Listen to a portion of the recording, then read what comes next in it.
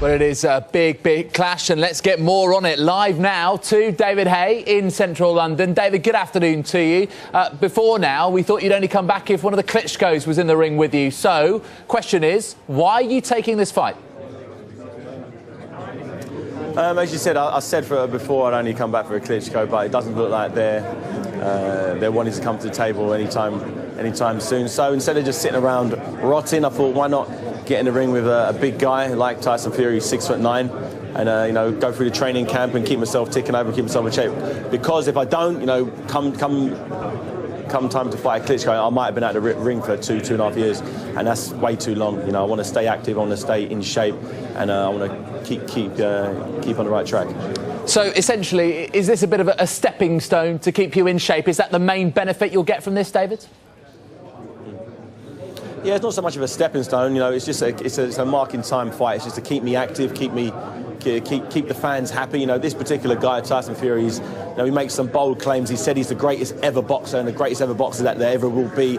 He's really delusional, and everybody wants to see this guy get knocked spark out. And who better to do that than myself? I've knocked out 24 of my 26 victories, and this will be just one more knockout victory on my resume. We obviously heard Tyson welcoming you to the press conference. He's had his bit of verbals. Last night, you were on Twitter as well, having your say. Amusing tweet, I have to say, saying that Fury was putting crayon to paper before his warm milk and nap time. Where exactly has this rivalry come from then, David? It's come from him just being real sort of outlandish. He says some crazy things. He sort of demands headlines, not from what he actually does in a boxing ring, but from what he does outside of it. But the credit to him, he's 21 fights unbeaten. He's a lot bigger than me. He's 6'9", I'm 6'3". So it's going to be entertaining while he's able to stand up. But I'm looking at taking him out pretty quick, and it'll be a great fight.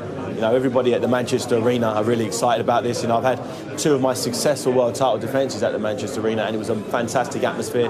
The fight's live on Sky Box Office, so it's a huge event.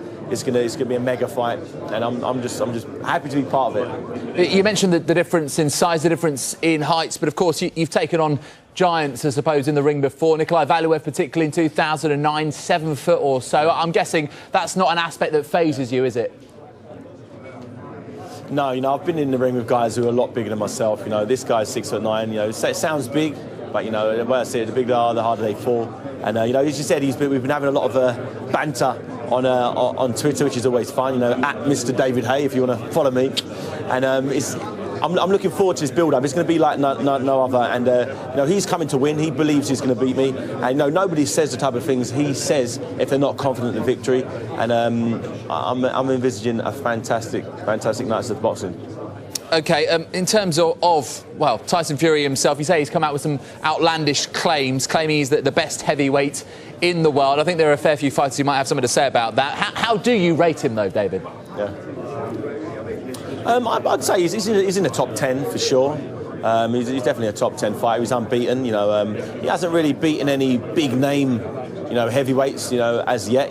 I will be his biggest win by far if he can somehow miraculously find his hand being raised at the end of the fight. But in my opinion, that's not going to happen.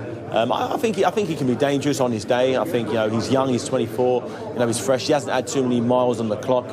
So he's a young, fresh. He's a young prospect. I'm the old veteran now. I'm 32. I've been around. I was world professional champion while he was still an amateur. So I've been around a lot longer than him. I've been all over the world, trained and sparred with so many different world-class fighters, and it's nice to be on a different side of things. It's normally me, the young guy, coming for the titles.